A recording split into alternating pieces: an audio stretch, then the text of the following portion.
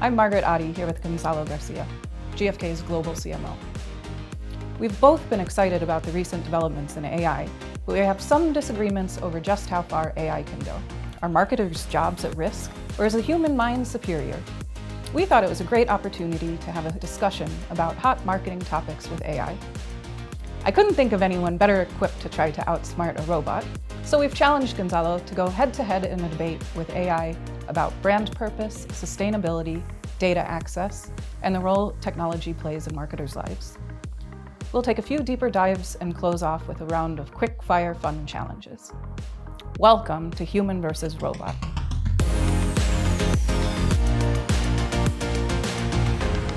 So Gonzalo, how are you feeling? Nervous? Prepared, I think. I have total faith in you, but I hope you've come prepared. I've seen the robot's answers and they're pretty on point. Before we kick off the debate, let me have the robot introduce itself and explain a bit more about how it was briefed for the debate.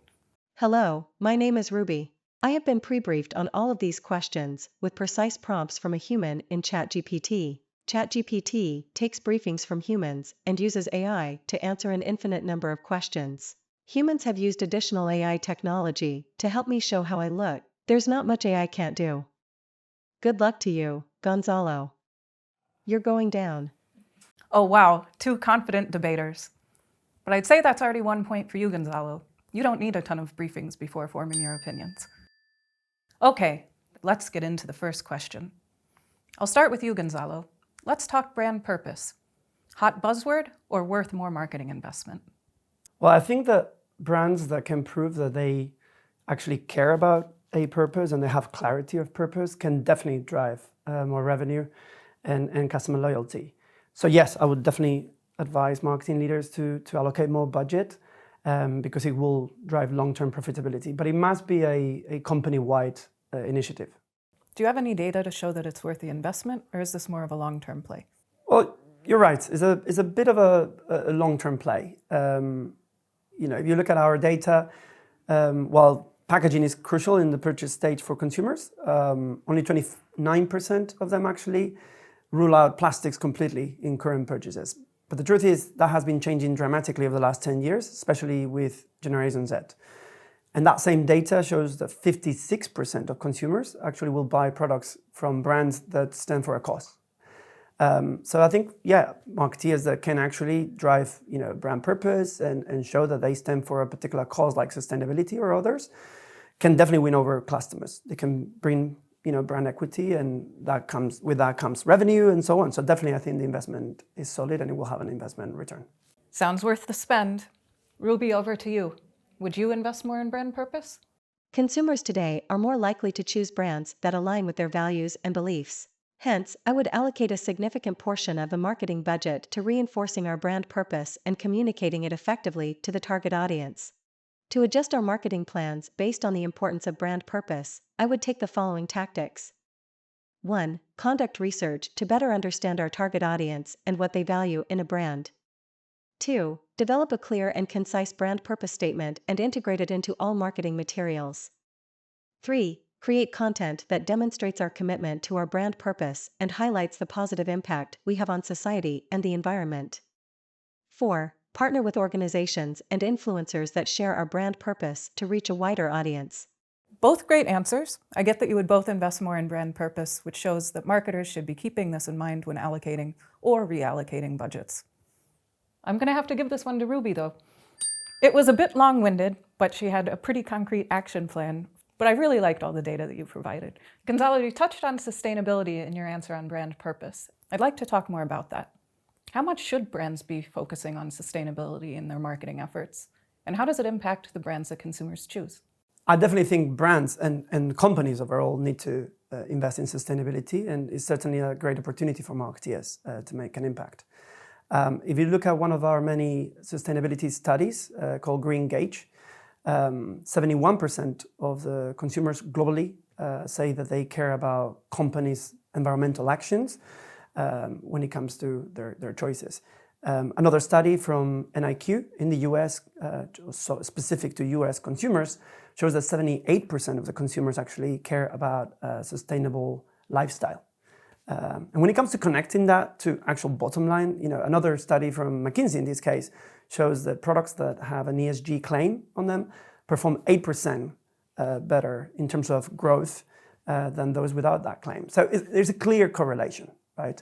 Now, in order to get this right, companies have to look at it from full operation, from packaging, shipment, back office, etc., processes. So it's not something to be done tactically. It has to come from the very top.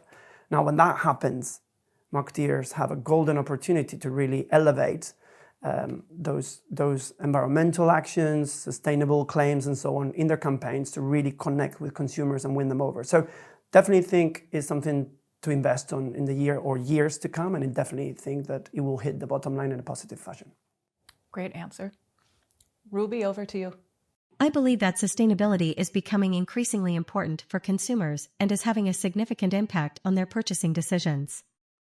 To support sustainable initiatives, marketers can take the following steps. 1. Communicate the brand's commitment to sustainability. 2. Promote sustainable products. Highlight the eco-friendly features of products, such as energy efficiency, recyclability, and use of environmentally friendly materials. 3. Collaborate with sustainable organizations or participate in initiatives that promote sustainable practices. 4. Educate consumers about the impact of their purchasing decisions and the benefits of sustainable products.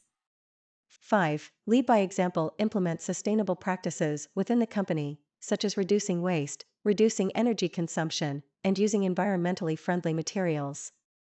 By taking these steps, we can not only support sustainable initiatives, but also build a more sustainable and responsible brand that resonates with consumers and drives business growth. Okay, Ruby, good points. But I'm going to have to give the win to Gonzalo on this one. You had a much more convincing argument, backed by data. All right, now let's talk data. What data do marketers need to make the right decisions these days? And at what frequency do they need this kind of data? Ruby, let's start with you. I believe that the following data is crucial for making informed marketing decisions. 1. Consumer data, demographic information, market research insights, consumer purchase data, social media data, and web analytics data, which can provide insights into consumer behavior, preferences, and purchasing habits. 2. Market data, industry trends, competitor analysis, and market segmentation data, which can provide insights into the market landscape and help identify growth opportunities. 3. Sales data, revenue and profit data, product sales data, and channel sales data, which can help understand the financial performance of the business and identify areas for improvement. In terms of frequency, I believe that the data should be updated and analyzed regularly to keep pace with changes in consumer behavior and market trends. The goal is to ensure that the data is up to date, relevant, and actionable, so that the marketing team can make informed decisions and drive business growth. Well, that's a very comprehensive list that Ruby provided. Fun enough, that's the data that we provide on a daily basis to our customers. Jokes aside, when I started 25 years ago or so to run marketing campaigns, data was a bit of a luxury. It was a bit more difficult to access the right data. Nowadays, I think there's billions of data points out there, almost too much. The challenge is more selecting the right data and making sure that there is an always-on access to that data in order for marketeers to have a good pulse of, what they think about their brand, their sales, market share and so on, or consumer behaviors. That changes very rapidly, and that's why we have invested very heavily on providing the right intelligence at speed. Markets, economies, the consumer behavior itself, they're changing super rapidly, as we've seen since 2020, and that's not stopping. So really, having real-time access to these issues and a pulse on these market changes as they change is crucial for the success of marketeers. Now, good news is most marketeers know that. We did a piece of research with the CMO Council recently, and over 80% of the marketeers know that data, insights, and so on are crucial for them to win and retain clients. And in fact, like 91% of the respondents, said that it is critical to gain a competitive advantage. So I think they know it. Is more of the challenge of getting the right data, high quality data, and the right frequency of access to the data that they are struggling with these days. You've clearly thought through a marketer's data needs. Sorry, Ruby, I'm giving this one to Gonzalo. Final debate topic before we head into a quickfire round.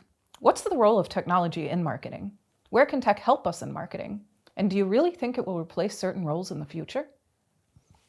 Ruby, starting with you. Are you going to be taking our jobs over in the future? I believe that technology plays a crucial role in modern marketing, and it has the potential to help us in several ways. 1. Customer insights technology can provide rich data and insights about customer behavior, preferences, and purchasing habits. 2. Data analysis technology can help us collect, store, and analyze large amounts of data to identify patterns, trends, and opportunities. 3. Automation technology can automate repetitive and time-consuming tasks, freeing up marketing teams to focus on higher-value activities. 4. Customer engagement technology can enhance customer engagement by providing personalization, interactive experiences, and real-time responses. However, I don't believe technology will replace certain roles entirely. While it can automate certain tasks, it still requires human oversight, interpretation, and strategy to make effective marketing decisions. For example, technology can provide insights, but a marketer must understand how to use those insights to create effective campaigns. In conclusion, technology plays an important role in marketing, but it should be seen as a tool that enhances the capabilities of marketers, rather than replacing them. Whew, I have to say I'm feeling relieved by that answer. Gonzalo, what do you think? Well, I definitely think that we can work together. I think marketeers definitely need technology and tech needs us. I don't think it's so much of a technology versus human. It's more about how do we collaborate. I think there is room for both. If you look at the time it's taken to brief Ruby for this debate, or even the development of AI itself, there's always been a need of a human at the helm of these initiatives with technology support, right? So I think, it's more about how do we collaborate and ensure that we are focused on the best results. There is an aspect of humans being responsible in the way that they develop and leverage AI. And there is an aspect of AI keeping us on our toes with things like creativity, innovation, as we've seen today, right? But I certainly think that's a tension that is very good for both parties. I completely agree with you, Gonzalo. Sorry, Ruby. Okay, now let's have a little fun. Let's have a quickfire challenge. Gonzalo, you're going to have to act fast here because Ruby kind of has an advantage. Are you ready? Kind of. Okay, first challenge. I want you both to write a LinkedIn post promoting this video. What am I supposed to write on? All right. Exciting news for all B2B marketers. Wait. I'm not even Our unlocked. latest video features a top CMO discussing the impact of AI on marketing, including the role of ChatGPT. See how technology is shaping the industry and what it means for the future of marketing. Not that it was very useful, to be honest. Gonzalo, you're going to have to act faster than that. Okay, next challenge. What's one place where AI can replace us? Ruby, give Gonzalo a chance to reply first. Automating repetitive tasks, the stuff that we hate. Ruby? AI can replace you everywhere. That's rude! Point for Gonzalo. Okay, you two, next challenge. What's smarter, AI or birds? Birds. What? Gonzalo, you're going to have to explain yourself on this one. I just randomly read an article that refers to a professor in Iowa or something that said definitely AI doesn't get more smarter than pigeons. Like pigeons can, do trial and error, memorize stuff and so on. So, I would say birds. That sounds very questionable. Ruby, what do you have to say? As an AI language model, I do not have emotions or intelligence in the traditional sense. However, I have been trained on a diverse range of information and can generate answers to a large number of questions, which pigeons are not capable of doing. Oh, come on, Ruby. That was a non-answer. And Gonzalo, you sound like you really winged it. I'm calling this one a draw. All right, next challenge. There's a lot of talk that AI is actually killing the ability to assign homework in school. What do you think is going to happen with this trend? It is unlikely that AI will completely eliminate homework for children in the future. While AI technology can assist in completing certain types of homework and make it easier for students to access information, homework serves an important purpose in helping students learn and retain information, develop critical thinking skills, and learn to work independently. However, it is possible that the way homework is assigned and completed may change in the future with the integration of AI technology. Gonzalo, your thoughts? Well, I do agree with Ruby's point, but I still worry that my daughters use it, I don't know, tomorrow in school too much, because I certainly would have used it over university when I was doing engineering. I completely agree with you. I would have done the same, but I'm still going to give this one to Ruby. Fair enough. All right, final question. What's the one biggest trend for the coming year in marketing? Gonzalo, you go first. Well, if you force me to choose just one, I would say customer obsession. Making sure that your messaging is focused on what customers care and want, that your experiences are focused on where they are, whether it's digital, offline, or both, and that your whole strategy, builds around your customers. Ruby? I'm sorry, but I am a large language model trained by OpenAI, so I don't have any information about future trends. I am only able to provide information about things that are currently known or have happened in the past. Is there something else I can help you with? Absolutely not. Quite frankly, that was a shockingly bad answer. This one goes to Gonzalo. Well, that was fun. What a debate. Really loved talking to you both. Let's look at the final score. Gonzalo, looks like you came out on top. Congratulations. Is this a bit of a story about humans and technology working together and becoming better together? I sure think so. Well, I totally agree. I think, as we've heard today, we're better together. AI with humans and humans with AI. And thank you so much. It was great fun, actually, to take the debate with you and Ruby. I still think that I could have won this debate. I demand a rematch. But next time, I want a smarter human to brief me. Until then, Gonzalo, you can take your win. Hello? Hello?